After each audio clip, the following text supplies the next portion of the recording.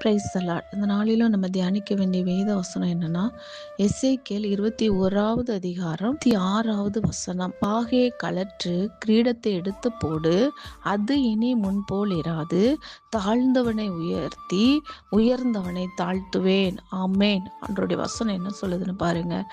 பாகையை கழற்றி போடணுமா? யாருக்கு தலக்கணம் மேட்டிமை இருக்கிறதோ அவன் தன் மேட்டிமை எடுத்து போடணும்னு இந்த வசனம் சொல்லுகிறது.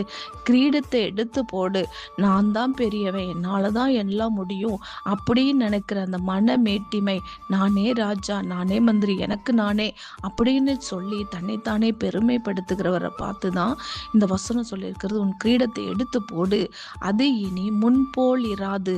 இனி காலம் இல்லை, காலம் தாமதமாகிறது நம்ம நினைச்சிட்டு இருக்கோம். ஆனா அப்படி இல்லை.